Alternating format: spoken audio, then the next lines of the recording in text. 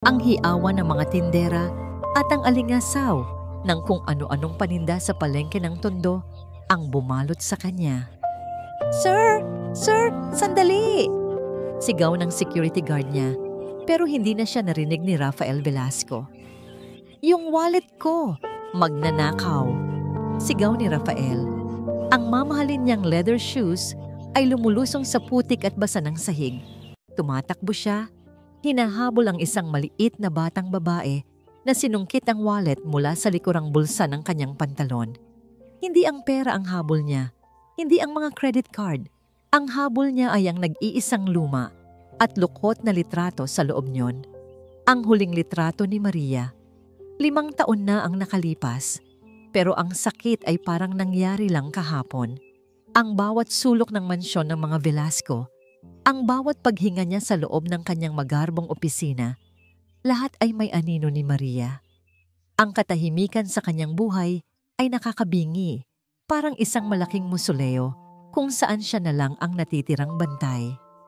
Kaya siya napadpad sa Tondo. Gusto niyang makaramdam ng ingay. Gusto niyang makalimot kahit sandali. Pero heto siya ngayon, hinahabol ang isang batang kalye na tila mas mabilis pa sa hangin. "Huli ka!" Sigaw niya nang makorner niya ang bata sa isang makipot na eskinita. Hingal na hingal si Rafael, ang bata, na marahil ay hindi lalagpas ng 10 taong gulang, ay nakatingin sa kanya nang may tapang, yakap-yakap ang wallet na parang isang tropeo. "Akin na yan," sabi ni Rafael. Sinubukang kontrolin ang kanyang paghinga. "Ayoko nga. Pambili ko ng gamot na to," matapang na sagot ng bata. Napatingin si Rafael sa determinasyon sa mga mata nito. Sa isang iglap, hindi galit ang naramdaman niya, kundi awa. "Hindi ko kailangan ng pera. Iyong litrato lang. Ibalik mo lang yung litrato sa loob." Nag-alinlangan ang bata na nagpakilalang si Mika. Dahan-dahan niyang binuksan ang wallet, kinuha ang lahat ng pera at iniabot ang wallet kay Rafael. "Oh, ayan na. Sa'yo na yung papel mo." Pinangbuksan ni Rafael ang wallet at makitang naroon pa ang nakangiting mukha ni Maria. Nakahinga siya ng maluwag. "Salamat." Akmang aalis na si Mika nang pigilan siya ni Rafael. Kumuha siya ng ilang libong piso mula sa kanyang bulsa. "Heto, pambili mo ng gamot. At wag mo nang uulitin to." Nanlaki ang mga mata ni Mika sa perang iniabot sa kanya. "Talaga, sir?" Tumango lang si Rafael. "Salamat po. Nako, kung nakilala niyo lang si Ate Alona, siguradong matutuwa yon. Mabait po yon eh. Nagtitinda lang po siya ng kakanin doon sa may unahan para may pangkain kami." Hindi na pinansin ni Rafael ang sinasabi ng bata. Ang gusto niya lang ay umalis na sa lugar na yon at bumalik sa kanyang tahimik na mundo. Pero habang pabalik siya sa kanyang sasakyan, isang amoy ang biglang pumukaw sa kanyang atensyon. Isang pamilyar na amoy ang lumutang sa hangin. Amoy ng nilulutong latik at matamis na bao. Iyon ang paboritong amoy ni Maria tuwing umaga. Sinundan niya ang amoy, parang isang taong hinihipnotismo. Dinala siya nito sa harap ng isang maliit na pwesto ng kakanin. Simple lang ang pwesto, gawa sa kahoy at yero, pero ang babaeng nagtitinda. Napatigil ang mundo ni Rafael. Ang tibok ng kanyang puso ay biglang kumabog ng sobrang bilis na halos hindi na siya makahinga. Ang babae ay nakatalikod, abala, sa pag-aayos ng mga sapin-sapin sa isang bilao. Pagkatapos ay humarap ito sa isang customer at isang ngiti ang sumilay sa kanyang mga labi. Ang ngiting iyon, ang mga matang iyon, ang bawat kurba ng kanyang mukha, parang multo mula sa nakaraan na biglang nagkatawang tao sa kanyang harapan. Siya si Maria. Buhay na buhay, nakatayo sa gitna ng palengke ng Tondo at nagtitinda ng kakanin. "Alona, pabili nga ng pichi-pichi," sabi ng isang customer. Alona. Iyon pala ang pangalan niya. Pero para kay Rafael, hindi yun ang pangalang naririnig niya. Ang tanging nakikita niya ay ang babaeng inakala niyang hinding-hindi na niya muling masisilayan pa. Nakatayo lang siya roon, hindi makagalaw, hindi makapagsalita. Ang ingay ng palengke ay biglang nawala. Ang tanging naririnig niya ay ang ragasan ng dugo sa kanyang mga tainga. Ang tanging nakikita niya ay ang mukha ng kanyang yumaong asawa. Diyos ko, sino ka? Pagod na isinandal ni Alona ang kanyang likod sa upuan ng pampasaherong jeep. Amoy pawis, amoy usok, amoy ng maghapong pagbabanat ng buto. Ito ang kanyang mundo. Ito ang buhay na kinalakihan niya. Binilang niya sa kanyang isip ang kinitang benta sa araw na yon. Sapat lang. Sapat para sa upa sa maliit nilang kwarto, para sa pagkain, at kung pala rin, para sa gamot ni Mika. Si Mika, ang munting anghel na nagbibigay kulay sa kanyang kulimlim na mundo. Napulot niya ito sa simbahan 8 taon na ang nakalipas, isang sanggol na umiiyak at nilalamig. Mula noon, ipinangako niya sa sarili na gagawin niya ang lahat para sa bata. Pagdating niya sa kanilang eskinita, naabutan niya si Mika na masayang naglalaro ng tumbang preso. Ngunit nang makita siya nito, agad itong tumakbo palapit. May dalang isang supot ng gamot at pagkain. Ate Alona, tingnan mo, may gamot na ako. At may masarap na pagkain pa tayo mamaya. Napakunot ang noo ni Alona. Saan mo nakuha ang pera para dyan, Mika? Nag-aalangan man ay ikinuwento ng bata ang nangyari sa palengke. Ang mayamang lalaki, ang wallet, ang litrato. Habang nagsasalita si Mika, biglang naalala ni Alona ang isang bagay. Ang lalaking iyon, ang lalaking nakatayo sa di kalayuan kanina, nakatitig sa kanya na para bang nakakita ng multo. Ang mga mata nito ay puno ng sakit, ng lungkot, ng isang bagay na hindi niya maipaliwanag. Siya pala iyon. Mika, masama ang magnakaw. Mahinang saway ni Alona. Kahit pa ang puso niya ay pinipiga sa pag-aalala. Paano kung ipinakulong ka niya? Hindi po ate. Mabait siya. Ibinigay niya sa akin to. Ang kailangan lang daw niya ay yung litrato sa loob ng wallet niya. Kinagabihan, habang kumakain sila ng sinigang sa kanilang maliit na mesa, hindi maalis sa isip ni Alona ang mukha ng lalaki. Ang titig nito ay tumagos hanggang sa kanyang kaluluwa. Sino siya? At bakit ganoon na lang siya makatingin? Kinabukasan, sinubukan niyang kalimutan ang lahat. Isa lang yung kakaibang pangyayari. Bumalik siya sa kanyang pwesto. Inayos ang mga paninda at nginitian ang mga suki.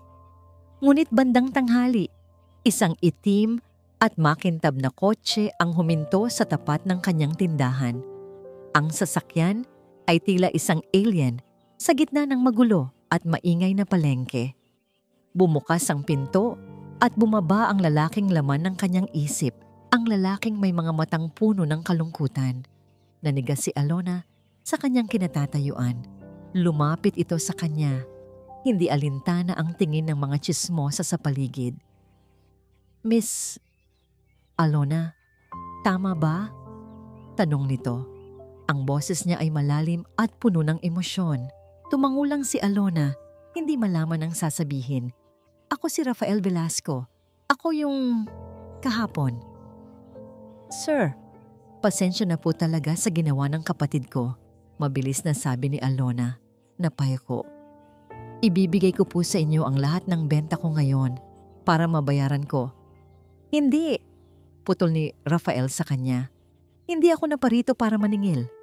Nag-angat ng tingin si Alona, lalong naguluhan. Naglabas si Rafael ng isang sobre mula sa kanyang coat. Isang makapal na sobre. Heto, 10,000 piso para sa'yo. Nanlaki ang mga mata ni Alona. 10,000? Halos isang buwang kita na niya iyon. Pero bakit? Bakit po? Hindi ko po matatanggap yan. Please, kailangan ko lang ng kaunting oras mo. Gusto lang kitang makausap. Pakiusap ni Rafael. Umiling si Alona. Naramdaman niya ang pag-init ng kanyang pisngi. Ang tingin ng mga tao sa paligid ay nakakahiya. Ano ang iisipin nila? Na nagbebenta siya ng sarili? Pasensya na po, sir. Marami pa po akong gagawin. Hindi ko po kailangan ng pera ninyo. Buo ang loob niyang sabi. Kahit pa sumisigaw ang isang bahagi ng kanyang isip na kunin na ang perang makakatulong sa kanila ni Mika. Nakita niya ang pagkabigo sa mga mata ni Rafael. Akmang tatalikod na ito, ngunit huminto at muling humarap sa kanya. Ang determinasyon sa mukha nito ay mas matindi pa kaysa kanina. Hindi pera ang habol ko, sabi ni Rafael sa isang boses na halos pabulong, puno ng pagsusumamo. May kailangan lang akong malaman, isang bagay na maaaring magbago sa buhay nating dalawa. Ang bawat tapik ng kanyang mamahaling pluma sa ibabaw ng makintab na mesa ay isang alingaw-ngaw ng kanyang pagkabigo. Nakaupo si Rafael Velasco sa tuktok ng kanyang imperyo sa loob ng isang glass tower na tanaw ang buong Makati, pero ang isip niya ay nasa isang maliit at siksikang palengke sa Tondo. Tinanggihan siya. Isang babaeng nagtitinda ng kakanin ang tumanggi sa kanya na kayang bilhin ang halos lahat ng bagay sa mundo. Pero hindi niya kayang bilhin ang ilang minuto ng oras nito. Ang pagtanggi ni Alona ay hindi nagdulot sa kanya ng galit. Sa halip, nagsilbi itong gasolina. Isang apoy na lalong nagpalaki sa kanyang determinasyon. May mali. May isang piraso ng puzzle na hindi umaayon at kailangan niyang malaman kung ano yon. Kinuha niya ang kanyang telepono. Isang tawag lang. Miguel, sabi niya sa kanyang private investigator, may ipapahanap ako sa'yo. Pangalan niya, Alona Reyes. Nagtitinda ng kakanin sa Tondo. Gusto kong malaman ang lahat, bawat detalye ng buhay niya mula sa araw na ipinanganak siya. Makalipas ang 2 araw, nasa harap na niya si Miguel. Naglalatag ng isang manipis na folders sa kanyang mesa. Sir Rafael, simple lang po ang buhay ni Alona Reyes, simula ng investigador. Ulila. Lumaki sa isang ampunan sa Maynila hanggang mag-18. Walang record ng mga magulang. Paglabas niya, kung ano-anong trabaho ang pinasok para mabuhay. Ang kasama niya ngayon ay isang batang babae na nagngangalang Mika. Hindi niya tunay na anak, pero itinuring na parang sarili. Napahigpit ang hawak ni Rafael sa kanyang pluma. Walang pamilya, walang kamag-anak, walang koneksyon sa pamilya ng asawa ko, ang mga De Alva. Umiling si Miguel. Wala po sir, malinis. Para siyang isang dahon na inanod lang ng hangin, walang pinanggalingan. Hindi maari. Ang pagkakahawig nila ni Maria ay hindi isang simpleng pagkakataon. Imposible. Biglang tumunog ang intercom sa kanyang mesa. Ang sekretarya niya. Sir, your mother, Doña Esmeralda, is on the line. Napapikit si Rafael. Ito na nga ba ang sinasabi niya? Rafael, hiho. Bungad ng kanyang ina sa kabilang linya. Ang boses ay kalmado, pero may bigat. Nakarating sa akin ang balita. 2 araw ka nang pabalik-balik sa Tondo. Ano ang meron doon na mas importante pa kaysa sa pagpapatakbo ng kumpanya? It's nothing, ma. Just some minor business. Huwag ako ang lokohin mo, Rafael. Tumigas ang boses ni Doña Esmeralda. Alam ko ang ginagawa mo. Huwag mong dungisan ang alaala ni Maria sa pakikihalubilo sa mga taong hindi mo kauri. Itigil mo na yan bago pa man masira ang pangalan ng pamilya natin. Binaba niya ang telepono. Ang babala ng kanyang ina ay lalo lang nagpatibay sa kanyang paniniwala.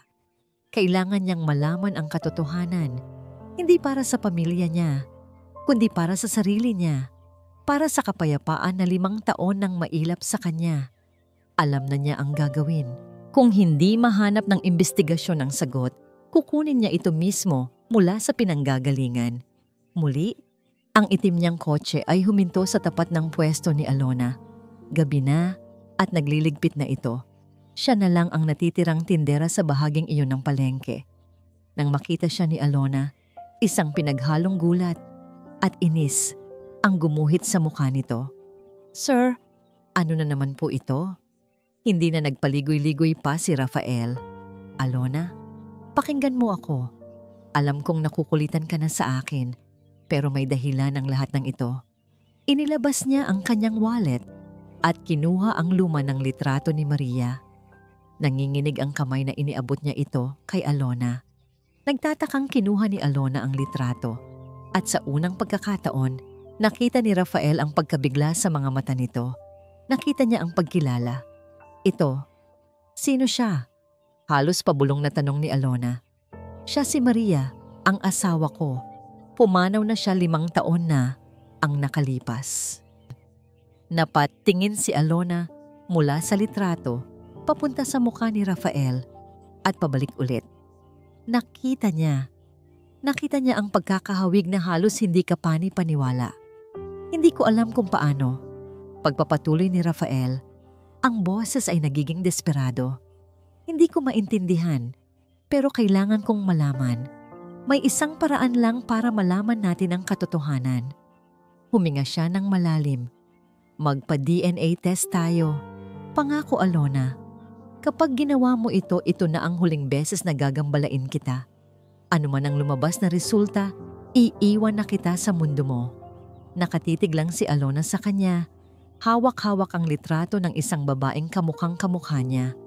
Ang hangin sa pagitan nilang dalawa ay biglang napuno ng bigat ng nakaraan at ng isang posibleng hinaharap na hindi nila sukat akalain. Paano kung pumayag ako? Ang hangin sa loob ng opisina ng abogado ni Rafael ay malamig at artipisyal, kabaliktaran ng mainit at pamilyar na hangin sa palengke. Nakaupo si Alona sa isang malambot na upuan na mas mahal pa yata sa lahat ng gamit niya sa bahay. Katabi niya si Rafael na hindi nagsasalita mula pa kanina. Pareho silang nakatingin sa abogadong nasa harapan nila na may hawak na isang brown envelope. Para kay Alona, ang sobrang iyon ay parang isang hatol. Isang hatol na hindi niya alam kung palalayain ba siya o habang buhay na ikukulong sa isang katotohanang hindi niya pinili. Mr. Velasco, Miss Reyes, magalang na sabi ni Attorney Salcedo. Binuksan niya ang sobre at inilabas ang isang papel. Inayos niya ang kanyang salamin. Narito na ang resulta. Naramdaman ni Alona ang biglang panlalamig ng kanyang mga kamay. Sa gilid ng kanyang mata, nakita niyang napahigpit ang hawak ni Rafael sa braso ng kanyang upuan. Base sa isinagawang DNA analysis, pagpapatuloy ng abogado. Comparing the genetic markers of the late Maria de Alva Velasco and Miss Alona Reyes, the probability of twin sisterhood is... Huminga ng malalim ang abogado. 1999%. Isang salita ang binitawan ng abogado na umalingaw-ngaw sa buong silid. Paulit-ulit sa isip ni Alona. Identical twins. Huminto ang mundo. Ang tanging naririnig ni Alona ay isang ugong sa kanyang mga tainga. Ang mga letra sa papel na hawak ng abogado ay biglang naging malabo. Kapatid? May kapatid ako? Isang kakambal? Isang imahe ang biglang sumulpot sa kanyang isip. Isang batang Alona, nakaupo sa hagdanan ng ampunan, pinapanood ang ibang mga bata na sinusundo ng kanilang mga magulang.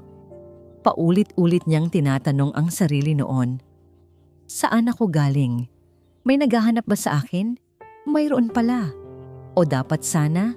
Mayroon. Isang kapatid na namuhay sa isang palasyo habang siya ay namuhay sa pagbibilang ng bawat sentimo. Isang kapatid na minahal at inalagaan habang siya ay lumaking mag-isa. Isang kapatid na nagkaroon ng lahat habang siya ay isang anino na hindi alam ng sino man na umiiral. Hindi ito kaligayahan. Ang naramdaman niya ay isang matinding kirot, isang sakit na mas malala pa sa gutom at pagod. Ang sakit ng isang buhay na ninakaw sa kanya. Alona, narinig niya ang boses ni Rafael, puno ng pag-aalala. Naramdaman niya ang kamay nito, nahahawak sana sa balikat niya, pero mabilis siyang umiwas. Hindi niya kayang tingnan si Rafael. Dahil sa mga mata nito, makikita niya ang multo ng kanyang kakambal. Ang multo ng buhay na dapat ay sa kanya. Kailangan kong umalis, hirap niyang sabi, habang pinipigilan ang mga luhang nagbabadyang tumulo. Mabilis siyang tumayo. Ang mamahaling opisina ay biglang parang isang kulungan na sumisikip sa paligid niya. Kailangan niya ng hangin. Kailangan niyang makatakas. "Alona, wait!" Narinig niya ang tawag ni Rafael pero hindi siya lumingon. Tinakbo niya ang pasilyo, pinindot ang button ng elevator at halos itulak ang mga taong papasok. Ang gusto niya lang ay makalayo. Makalayo sa katotohanan ito na unti-unting dumudurog sa kanya. Paglabas niya ng building, sinalubong siya ng ingay at usok ng Maynila. Pero hindi yun nakatulong. Ang gulo sa labas ay walang-wala kumpara sa gulo sa loob ng kanyang puso. Nagsimula siyang maglakad nang walang direksyon. Umiiyak na siya ngayon. Hindi na napigilan pa ang mga luhang kanina pa niya kinikimkim. Bigla, isang kamay ang humawak sa kanyang braso.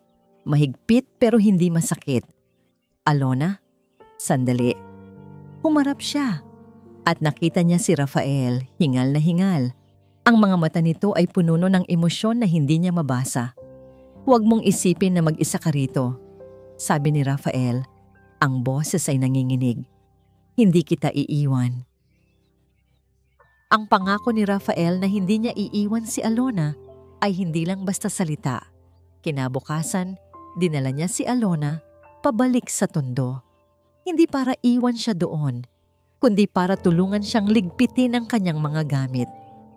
"Saan po tayo pupunta, sir?" tanong ni Alona, habang maingat na inilalagay ang iilang damit nila ni Mika sa isang lumang kahon. "Sa isang lugar kung saan magiging ligtas kayo," sagot ni Rafael. Ang lugar na yon ay isang simple pero malinis na condominium unit sa Quezon City. Hindi ito kasinggaran ng mansyon ni Rafael, pero para kina Alona at Mika, isa itong palasyo. May 2 kwarto, isang malinis na kusina at isang bintana kung saan tanaw ang mga ilaw ng syudad. Nang makita ni Mika ang pangalawang kwarto na may sarili nitong kama at maliit na aparador, hindi ito makapaniwala. "Sa akin po ito." "Sarili kong kwarto?" tanong ng bata. Ang mga mata ay nagniningning sa tuwa. Tumango si Rafael at isang maliit na ngangiti ang sumilay sa kanyang mga labi. Sa unang pagkakataon, sa loob ng maraming taon, ang purong kaligayahan sa mukha ng bata ay parang isang sinag ng araw sa madilim niyang mundo. Sa sumunod na mga araw, sinikap ni Rafael na bumawi sa mga taon na ninakaw kay Alona. Dinala niya sila sa mall para bumili ng mga bagong damit at gamit. Ipinasyal niya si Mika sa isang amusement park. Pero ang pinakapaboritong sandali ni Rafael ay ang mga gabi, kung kailan mananatili siya sa kondo para sa hapunan. Iginiit ni Alona na siya ang magluluto. Sa maliit na kusina ng kondo, ipinagluto niya si Rafael ng mga simpleng pagkaing Pilipino, adobo, sinigang, tinola. At habang kumakain sila sa maliit na mesa, napagtanto ni Rafael ang isang bagay. 5 taon. 5 taon siyang kumakain sa mamahaling restaurant o mag-isa sa mahabang mesa ng mansyon. Ngayon lang ulit niya naramdaman ang init ng isang tahanan, ang simpleng tunog ng tawa ni Mika, ang amoy ng bagong saing na kanin, ang presensya ni Alona sa kanyang tabi. Lahat ng yun ay unti-unting pumupuno sa isang malaking kakulangan sa kanyang puso. Isang gabi, habang nag-uusap sila pagkatapos maghapunan, tinanong niya si Alona tungkol sa kanyang buhay. Ikinuwento ni Alona ang lahat. Ang paglaki sa ampunan, ang mga trabahong pinasukan niya, pagiging katulong, construction worker, labandera, lahat para lang may makain sila ni Mika. Hindi siya nagrereklamo. Para sa kanya, iyon ang buhay. Habang nagsasalita si Alona, napatingin si Rafael sa kanyang mga kamay. Mga kamay na may kalyo, magaspang, mga kamay na nagpapakita ng bawat paghihirap na dinanas niya. Naalala niya ang mga kamay ni Maria, malambot, laging may manicure, magkaiba sila. At sa sandaling iyon, Napagtanto ni Rafael na ang paghanga niya ay hindi na dahil sa pagkakahawig nila. Hinahangaan niya si Alona, ang kanyang katatagan, ang kanyang kabutihang loob, ang kanyang kakayahang ngumiti sa kabila ng lahat. Nagsimula na siyang makita si Alona, hindi bilang anino ni Maria, kundi bilang isang babaeng may sariling liwanag. Nang tumulong siyang magligpit ng mga plato, nagkasabay ang kanilang mga kamay sa pag-abot sa isang baso. Isang maliit na kuryente ang gumapang sa kanyang braso. Nagtama ang kanilang mga mata. Sa mga mata ni Alona, wala ang alaalang masakit na lagi niyang nakikita sa mga litrato ni Maria. Ang nakita niya ay hiya, pagtataka, at isang kislap na ngayon niya lang napansin.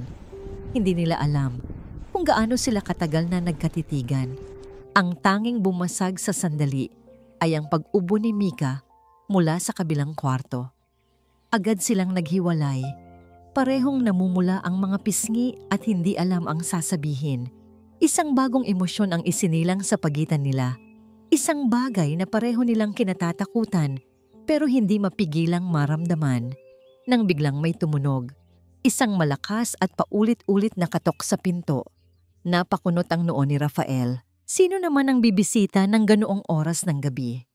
Nagpaalam siya kay Alona at naglakad papunta sa pinto. Pagbukas niya nito, ang ngiti sa kanyang labi ay biglang naglaho. Nakatayo sa labas ang kanyang ina, si Doña Esmeralda Velasco. Elegante sa kanyang suot na damit, pero ang mga mata nito ay malamig na parang yelo.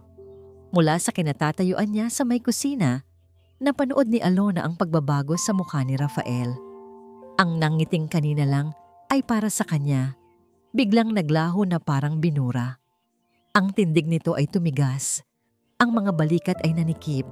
Pagkatapos, nakita niya ang babae. Matangkad, elegante at matikas ang tindig. Bawat hibla ng buhok nito ay nasa tamang lugar. Ang suot nitong damit ay mas simple kaysa sa mga napapanood niyang bestida sa TV. Pero alam niyang mas mahal pa yon sa lahat ng ari-arian niya. At ang mga mata nitong nakatitig ngayon kay Rafael ay bumaling sa kanya. Malamig, mapanghusga, parang sinusuri siya mula ulo hanggang paa. At sa isang tingin lang, naramdaman ni Alona na hindi siya karapat-dapat. Rafael, ano ang ibig niya sabihin nito? Tanong ng babae. Ang boses ay kalmado, pero may bigat na parang bakal. Hindi nito inaalis ang tingin kay Alona. Ma, sagot ni Rafael, halatang nagulat. Anong ginagawa mo rito? Sinusundo ka. Pero mukhang may iba kang pinagkakaabalahan. Dahan-dahang pumasok si Doña Esmeralda sa loob ng kondo. Ang kanyang mga mata ay nilibot ang maliit na sala. Ang simpleng mga kasangkapan na para bang tumitingin sa isang basura. Naramdaman ni Alona ang pagnanais na magtago sa likod ng pader. Pakiramdam niya ay isa siyang maruming basahan na nakakalat sa sahig ng isang malinis na bahay. Ma, si Alona ito. Sinubukan ni Rafael na ipaliwanag. Lumapit ito para harangan ang tingin ng ina kay Alona. Siya ang kapatid ni Maria, ang kakambal niya. Isang tawa ang kumawala sa mga labi ni Doña Esmeralda. Isang tawang walang kagalakan. Kapatid? Rafael, huwag kang maging katawa-tawa. Isang kapirasong papel lang ang nagsasabi niyan. Humarap ang Donya kay Alona. Bawat hakbang nito palapit ay parang isang dagok sa dibdib ni Alona. At ikaw, sabi ni Doña Esmeralda, ang boses ay bumaba, puno ng kamandag. Ano ang akala mo? Na dahil kamukha mo siya, makukuha mo na rin ang lahat ng dapat ay sa kanya? Ang pera, ang posisyon, ang anak ko? Hindi po. Iyon lang ang nagawa ni Alonang ibulong. Ang dila niya ay parang nakatali. Huwag mo akong tawaging po, mariing sabi ng Donya. Kahit pa magkamukha kayo, hinding-hindi mo mapapantayan si Maria. Siya ay isang De Alva, isang Velasco. Ikaw, galing ka sa putik at kahit anong gawin mo, mananatili ka sa putik. Ma, tama na. Sigaw ni Rafael, hinawakan ang braso ng ina. Pero hindi nagpaawat si Doña Esmeralda. Itinuon nito ang lahat ng galit kay Alona. Ang mga salita nito ay parang mga punyal na sunod-sunod na itinarak sa puso ni Alona. Nakikita ko ang ginagawa mo. Ginagamit mo ang pagiging kamukha mo ni Maria para paikutin ang ulo ng anak ko. Para makuha ang simpatsya niya, isa kang manggagamit, isang ahas. Ang bawat salita ay isang sampal. Ang bawat titig ay isang saksak. Lahat ng mumunting pag-asa na nagsimulang tumubo sa puso ni Alona sa mga nakalipas na araw ay biglang nalanta at namatay. Ang lahat ng insecurities na matagal na niyang ibinaon ay muling nabuhay, mas malakas, mas masakit. Kahit kailan, pagtatapos ni Doña Esmeralda, ang huling salita ay binitawan na parang isang sumpa. Anino ka lang ni Maria, isang anino na walang karapatang tumayo sa liwanag. Pagkasabi niyon, tumalikod na si Doña Esmeralda at naglakad palabas ng pinto. Iniwan ang isang nakakabinging katahimikan. Alona, I'm so sorry, sabi ni Rafael. Lumapit sa kanya. Ang muka ay puno ng pagsisisi. Huwag mo siyang pakinggan. Please. Pero huli na. Ang pinsala ay nagawa na. Tinaas ni Alona ang kanyang mukha para harapin si Rafael. Wala nang luha sa kanyang mga mata. Ang naroon ay isang blangkong sakit. Tama siya, Sir Rafael. Ang paggamit niya ng sir ay parang isang pader na muli niyang itinayo sa pagitan nilang dalawa. Isa lang akong anino. Dapat na akong bumalik sa dilim kung saan ako nararapat. Ang pagsara ng pinto ng kanyang Rolls Royce ay isang marahas na tunog na bumasag sa katahimikan ng gabi. Sa buong biyahe pa uwi, walang nagsalita. Ang driver ay nakatingin lang sa daan. Si Rafael, na napilitan niyang isama, ay nakatingin sa labas ng bintana. Ang mukha ay isang maskara ng galit at pagkadismaya. Ngunit si Doña Esmeralda Velasco ay hindi nakatingin sa kahit saan. Ang mga mata niya ay nakapako sa kawalan, ngunit ang isip niya ay naglalakbay pabalik sa isang maliit na condo unit sa mukha ng isang babaeng hindi dapat umiral. Pagpasok niya sa malawak at malamig na mansyon, dumiretso siya sa kanyang private study. Isinara niya ang pinto, hinarangan ang presensya ng sarili niyang anak. Kailangan niyang mapag-isa. Nanginginig ang kamay na nagsalin siya ng brandy sa isang kristal na baso. Nilagok niya ito ng isang beses. Ang init ng alak ay gumapang sa kanyang lalamunan, pero hindi nito kayang pawiin ang yelong bumabalot sa kanyang puso. Lumapit siya sa isang estante na puno ng mga libro. Sa likod ng mga ito ay isang picture frame. Kinuha niya ito. Ang larawan ni Maria. Nakangiti. Perpekto. Ang anak na pinili niya. Ginawa ko ang lahat para sa'yo. Bulong niya sa larawan. Para sa pamilyang ito. Para sa anak ko. Pinilit niyang paniwalain ang sarili. Ang pagpapalit ng mga sanggol noon ay isang desisyon na ginawa niya para sa ikabubuti ng lahat. Ang sanggol na si Maria ay mahina. Sakitin.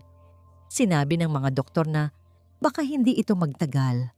Ang isa naman, ang kapatid nito ay malusog at malakas. Para sa pangalan ng Velasco, para sa kinabukasan ng kanyang nag-iisang anak na si Rafael, kailangan niya ng isang manugang na walang bahid dungis. At sa loob ng halos 30 taon, ang sikreto ay nanatiling nakabaon. Isang multo na akala niya ay habang buhay nang natutulog. Hanggang sa lumitaw si Alona.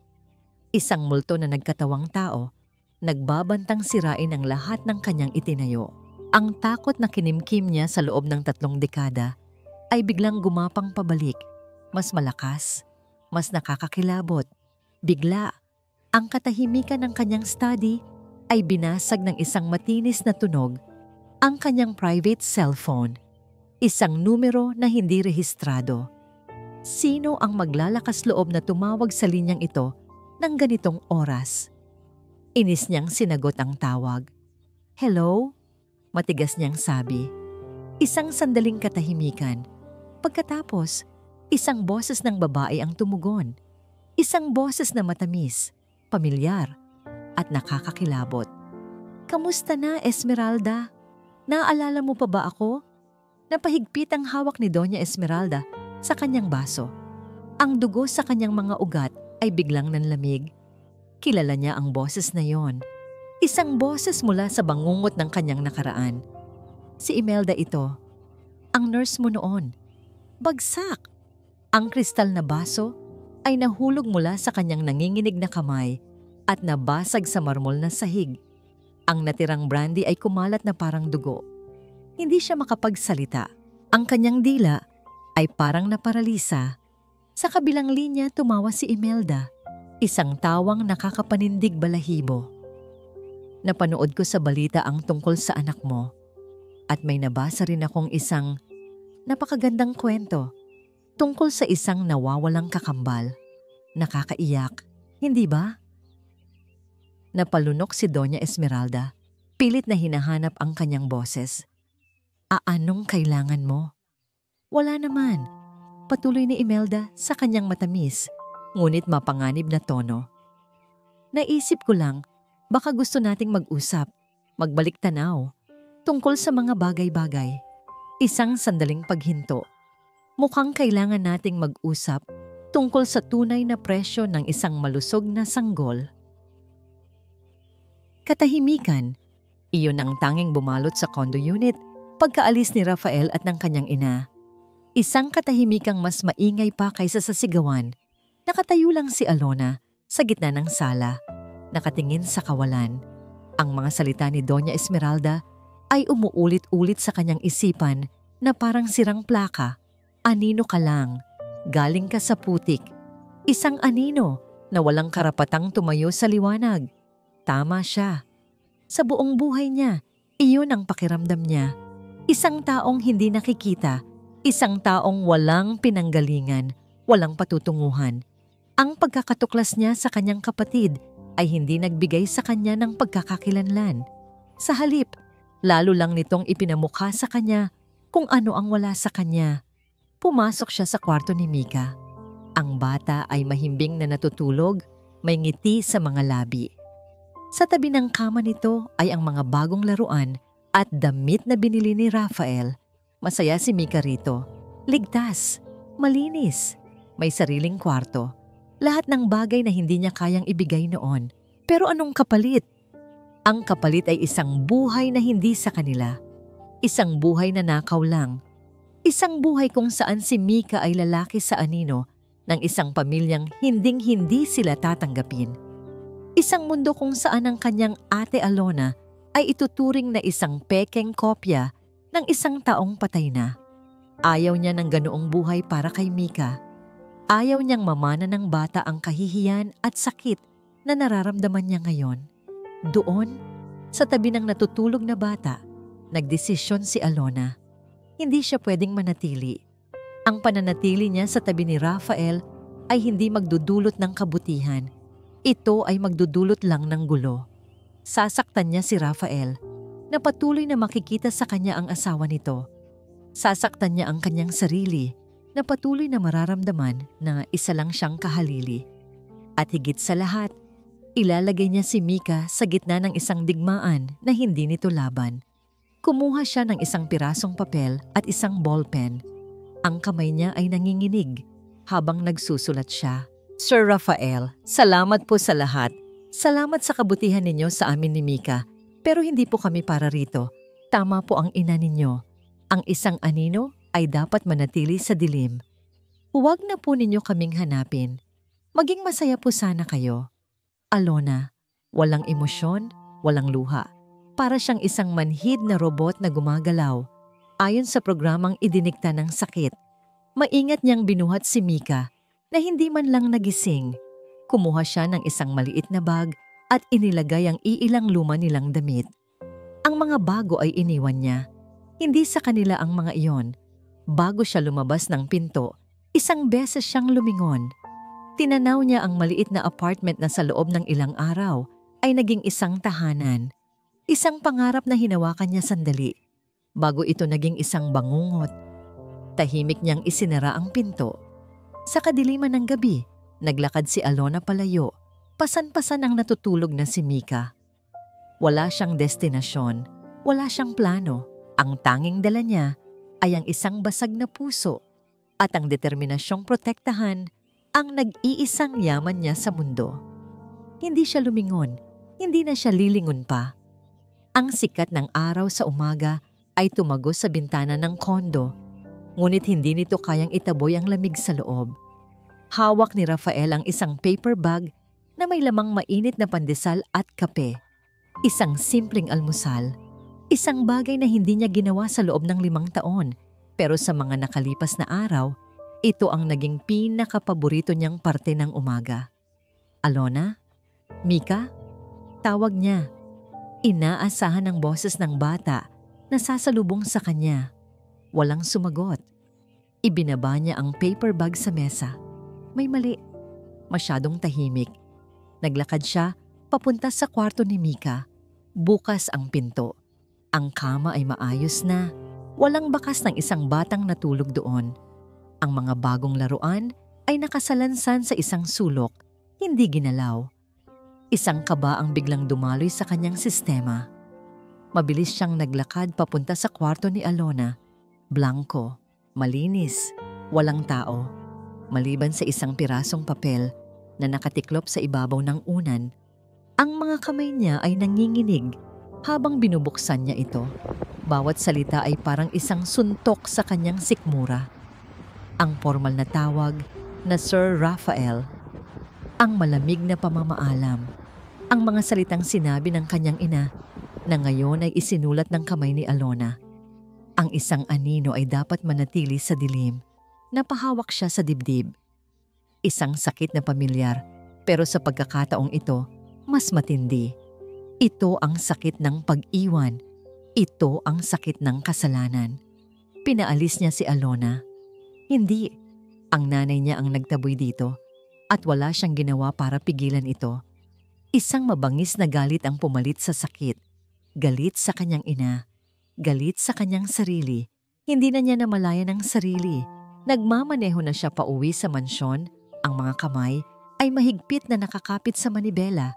Ang mga ugat sa kanyang leeg ay lumilitaw. Pabalibag niyang ipinarada ang kotse at pumasok sa loob ng bahay. Naabutan niya ang kanyang ina sa sala, kalmadong nagkakape. Rafael, anong kaguluhan ito? Tanong ni Doña Esmeralda. Umalis na siya, sabi ni Rafael. Ang boses ay garalgal at puno ng galit na hindi pa naririnig ng ina mula sa kanya. Umalis si Alona dahil sa'yo. Mabuti naman, sagot ng Donya. Hindi man lang nagbago ang ekspresyon. Ginawa ko lang kung ano ang tama. Tama? Sigaw ni Rafael. At sa unang pagkakataon sa buhay niya, sinigawan niya ang kanyang ina. Sinira mo ang buhay niya. Tinapakan mo siya. Para saan, ma? Para sa pangalan ng pamilya? Para sa alaala ni Maria? Dumiretso siya sa lumang study ni Maria. Isang silid na hindi niya pinagalaw sa loob ng 5 taon. Isang museo ng kanyang kalungkutan. At doon, sinimulan niyang magwala. Itinapon niya ang mga libro. Ibinagsak niya ang mga picture frame. Ang tunog ng nababasag na salamin ay sumasabay sa bawat sigaw ng kanyang puso. Rafael, tumigil ka! Sigaw ng kanyang ina mula sa pintuan, pero hindi siya nakinig. Kailangan niyang wasakin ito. Kailangan niyang wasakin ang kulungang ito na siya mismo ang gumawa. Sa kanyang pagwawala, isang mabigat na libro ang nahulog mula sa pinakamataas na estante. Ngunit sa pagbagsak nito, hindi lang ito basta nahulog. May isang maliit na bahagi ng pader. Sa likod nito ang bahagyang bumukas na parang isang sikretong pinto. Napatigil si Rafael. Sa likod ng panel na yon ay isang maliit at antigong kahon na gawa sa kahoy. Nanginginig ang kamay na kinuha niya ito. Pagbukas niya, may laman itong isang nakatuping sulat. Ang sulat kamay ni Maria. Umupo siya sa sahig, sa gitna ng mga nabasag na alaala at sinimulang basahin. Mahal kong Rafael, kung binabasa mo ito, ibig sabihin ay wala na ako. Huwag kang iiyak. Ngumiti ka dahil minahal mo ako ng buo. Alam kong ikukulong mo ang sarili mo sa alaala ko. Ganyan ka magmahal. Pero pakiusap, mahal ko. Huwag mong gawing musuleyo ang puso mo. Ang pagmamahal natin ay hindi isang kadena para itali ka sa nakaraan. Ito ay isang pakpak para tulungan kang lumipad muli. Mabuhay ka. Tumawa ka ulit. At kung darating ang araw na may isang taong kakatok muli sa puso mo, pakiusap, pagbuksan mo siya. Huwag kang matakot. Dahil ang pagmamahal sa kanya ay hindi nangangahulugang kinalimutan mo na ako. Ibig sabihin lang, ang pagmamahal na ibinigay ko sa iyo ay napakalaki. Kaya kaya mo pa itong ibahagi sa iba. Tumulo ang luha mula sa mga mata ni Rafael. Hindi luha ng sakit, kundi luha ng paglaya. At sa dulo ng sulat, ang huling habilin ni Maria. Mahal ko, hanapin mo ang kaligayahan mo. At kapag nahanap mo na, ipaglaban mo ito para sa ating dalawa. Ipinikit ni Rafael ang kanyang mga mata. At nang imulat niya itong muli, ang kalituhan at sakit ay napalitan ng isang bagay na matagal nang nawala sa kanya. Determinasyon. Gamit ang lahat ng koneksyon at pera niya, hindi naging mahirap para sa mga tauhan ni Rafael na hanapin si Alona. Isang tawag lang. Nasa Pasay Bus Terminal sila, nakapila para sa biyaheng pa Bicol. Paalis na. Tatakas na. Pero hindi na ngayon. Hindi niya hahayaang mangyari iyon. Nang marating ni Rafael ang maingay at magulong terminal, agad niya silang nakita. Si Alona, nakatayo sa pila, yakap-yakap ang isang bag. Si Mika, nakakapit sa laylayan ng damit niya, halatang nalulungkot. Sila ay parang dalawang dahon na tinatangay ng agos, walang kasiguraduhan kung saan pupulutin. Alona! Lumingon si Alona sa tunog ng kanyang pangalan. Nang makita niya si Rafael, ang gulat sa kanyang muka ay agad na palitan ng takot. Hinawakan niya ng mahigpit si Mika na para bang poprotektahan ito mula sa lalaking nasa harapan nila. Anong ginagawa niyo rito, sir? Tanong niya, ang boses ay nanginginig. Sinusundo kayo, sagot ni Rafael. Humihingal hindi dahil sa pagod, kundi dahil sa bigat ng emosyon. Umuwi na kayo, Alona. Please, umiling si Alona. Ang mga luha ay nagsimula na namang mamuo sa kanyang mga mata. Hindi po kami pwedeng bumalik. Hindi po kami nararapat doon. Sasaktan ko lang kayo. Hindi, mariing sabi ni Rafael. Lumapit siya at hinawakan ang mga kamay ni Alona. Malamig ang mga ito. Ako ang nakasakit sa'yo. Hinayaan kong saktan ka nila at iyon ang pinagsisisihan ko. Pero hindi na mauulit pa. Alona, pakinggan mo ako. Tinitigan niya ito ng diretso sa mata. Ipinapakita ang lahat ng laman ng kanyang puso. Binasa ko ang huling sulat ni Maria. Ang gusto niya ay maging masaya ako. Ang gusto niya, kapag nahanap ko na ang kaligayahan ko, ay ipaglaban ko ito. Huminga siya ng malalim. Ikaw ang kaligayahan ko, Alona, at ipaglalaban kita. Ang sala ng mansyon ng mga Velasco ay puno ng tensyon. Naroon ang mga tiyahin at tiyuhin ni Rafael, ang kanyang mga pinsan. Lahat sila ay ipinatawag para sa isang importanteng pagpupulong. Lahat sila ay nakatingin kay Alona, na nakatayo sa tabi ni Rafael. Hawak-hawak ang kamay ni Mika. Ang tingin nila ay puno ng pag-uusisa at pag-aalipusta. Nakatayo sa gitna ng lahat si Doña Esmeralda. Ang mukha ay parang isang reyna na handang magbigay ng hatol. Ano ang ibig sabihin ng lahat ng ito, Rafael? Tanong niya. Ang boses ay malamig. Hindi niya pinansin ang tanong. Sa halip, humarap si Rafael sa lahat ng kanyang kamag-anak. Ipinatawag ko kayong lahat dahil may kailangan kayong malaman. Simula niya, ang boses ay matatag at malinaw.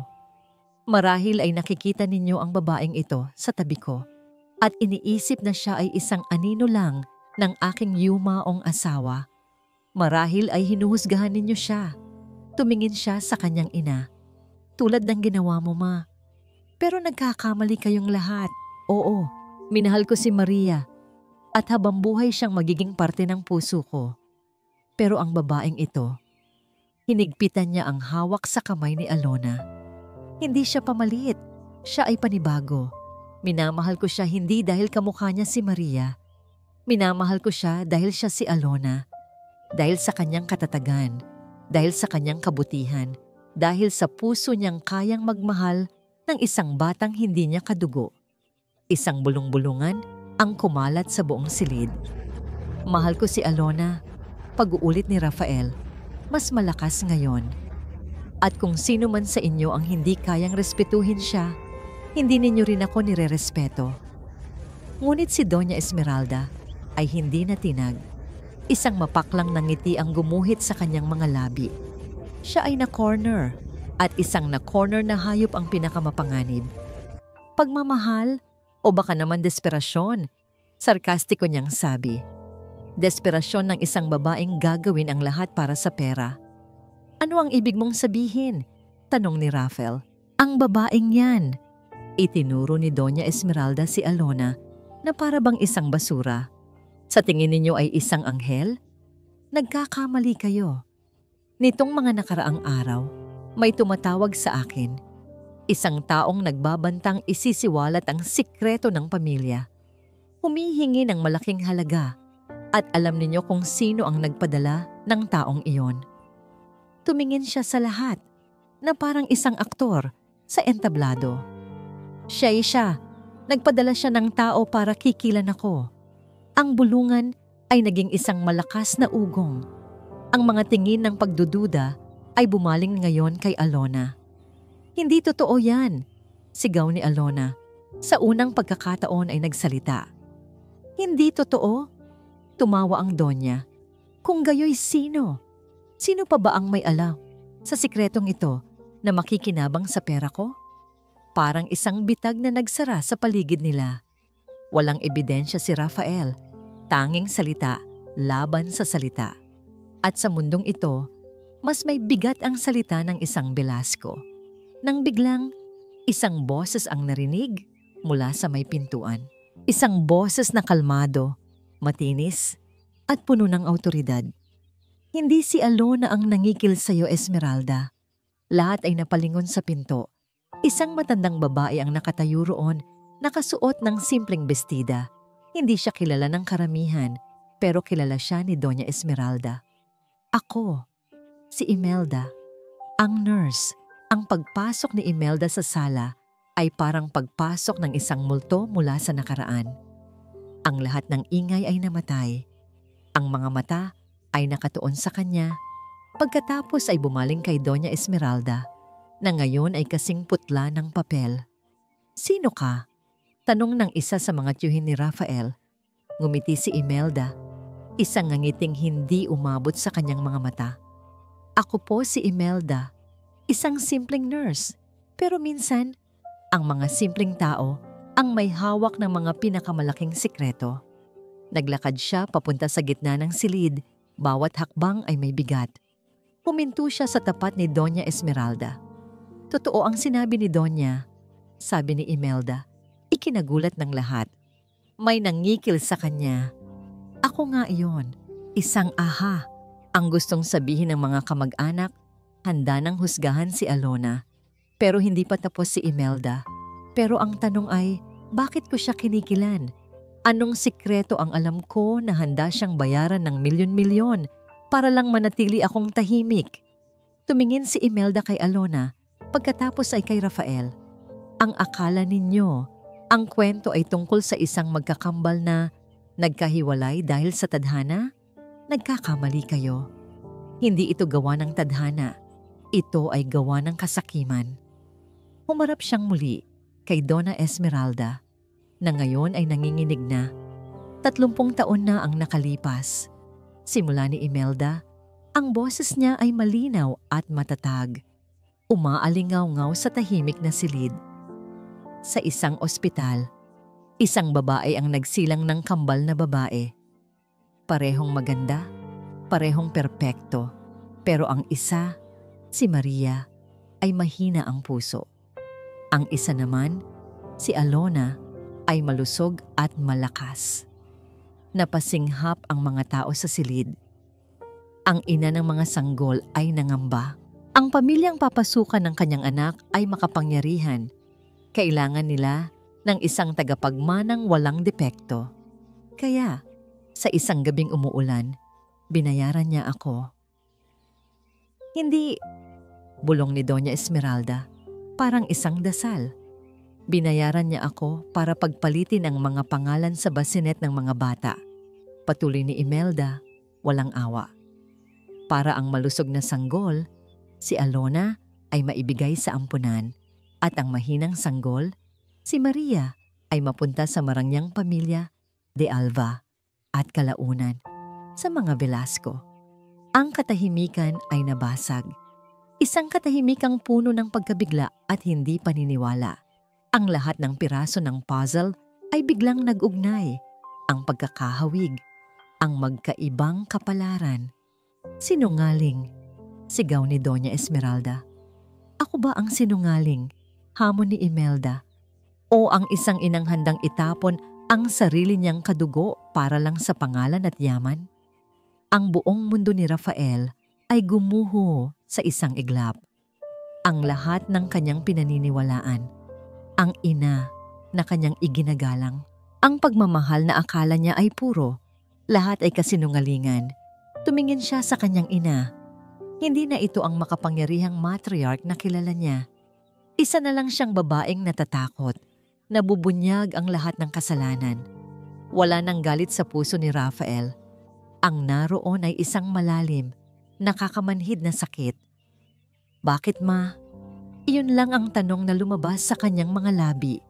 Isang tanong na hindi na kailangan ng sagot. Sa gitna ng kaguluhan, habang si Doña Esmeralda ay napaluhod na sa sahig, umiiyak at itinatanggi ang lahat, isang maliit na boses ang narinig. Kilala ko po yung babae sa litrato. Lahat ay napatingin kay Mika na kanina pa tahimik na nakakapit kay Alona. Nakaturo siya sa isang malaking painting ni Maria na nakasabit sa pader. Si Ate Maria, napakunot ang noo ni Alona. Anong sinasabi mo, anak? Siya po, sabi ni Mika. Ang boses ay puno ng kasiguraduhan ng isang bata. Noong may sakit si Ate Alona at wala tayong pambili ng gamot, lagi po siyang pumupunta. Binibigyan niya ako ng pagkain at pera. Sabi niya, wag ko daw po sasabihin kahit kanino. Sabi niya, anghel daw po siya. Isang panibagong bugso ng katahimikan ang bumalot sa silid. Ngunit sa pagkakataong ito, hindi ito dahil sa gulat, kundi dahil sa pagkamangha. Tumingin si Alona sa painting ni Maria. Ang babaeng inakala niyang kumakatawan sa lahat ng bagay na wala siya.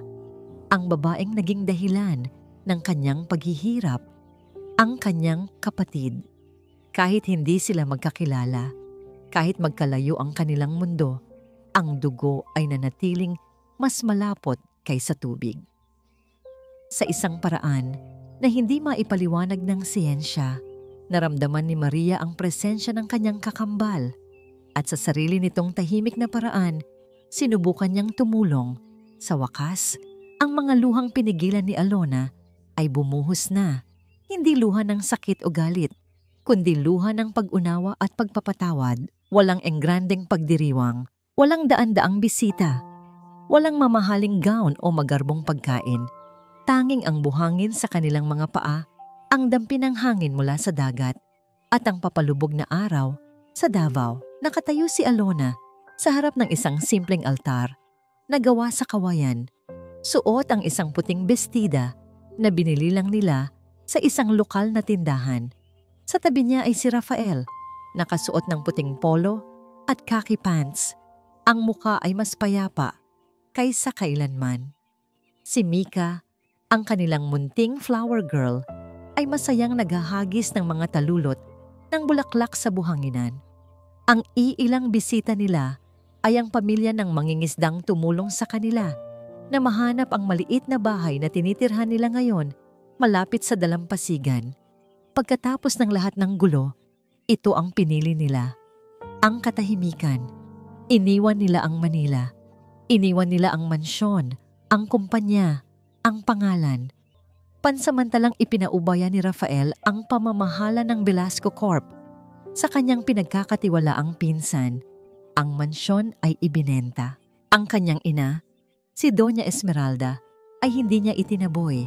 Ngunit kinailangan niyang humingi ng espasyo. Bago sila umalis, kinausap niya ito sa huling pagkakataon. Nakita niya sa mga mata nito ang pagsisisi, ngunit ang sugat ay napakalalim para maghilom sa isang iglap. Panahon lang ang makapagsasabi, "Ma," sabi niya noon, "sa ngayon, kailangan naming ayusin ang mga sinira mo." At sa Davao, unti-unti nilang ginawa iyon. Sa unang pagkakataon sa buhay ni Alona, nakaramdam siya ng kapayapaan. Wala nang mga matang mapanghusga, wala nang aninong kailangan niyang takasan. Dito, siya lang si Alona. Isang ina, isang asawa, isang babaeng nagtitinda ng pinakamasarap na kakanin sa kanilang lugar, na ngayon ay dinadayo pa ng mga turista. Natuto siyang tanggapin ang katotohanan tungkol sa kanyang kapatid. Hindi na bilang isang karibal sa kapalaran, kundi bilang isang anghel na, kahit sa maikling panahon, ay nag-abot ng tulong. Ang pagmamahal ni Maria ay hindi nawala. Nag-iba lang ito ng anyo, at ngayon ay dumadaloy sa pamamagitan ni Rafael. "Maari mo nang halikan ang nobya," sabi ng pari. Hinawi ni Rafael ang belo ni Alona. Sa mga mata nito, wala na ang bakas ng kalungkutan na una niyang nakita. Ang naroon na lang ay pagmamahal, pag-asa, isang kinabukasang sabay nilang haharapin. "Mahal kita, Alona Reyes," bulong ni Rafael bago niya ito hinalikan.